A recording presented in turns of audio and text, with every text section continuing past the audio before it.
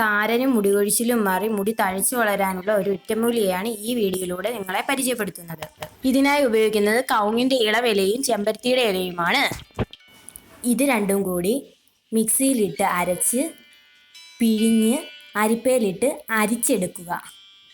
ഈ വീഡിയോ കാണുന്ന എല്ലാവരും സബ്സ്ക്രൈബ് ചെയ്ത് ലൈക്ക് ചെയ്ത് ഞങ്ങളെ സപ്പോർട്ട് ചെയ്യുക.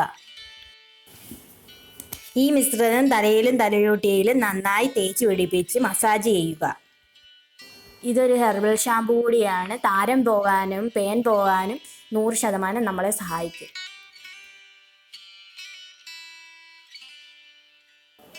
ഇതെല്ലാവരും ചെയ്ത് നോക്കിയിട്ട് റിസൾട്ട് കമൻറ്റ് ബോക്സിൽ അറിയിക്കണം. ഇത് ആഴ്ചയിൽ 2 പ്രാവശ്യം ഉപയോഗിക്കുന്നത് നല്ലതാണ്. ഈ വീഡിയോ കാണുന്ന എല്ലാവരും സ്കിപ്പ് ചെയ്യാതെ അവസാനം വരെ കാണണേ.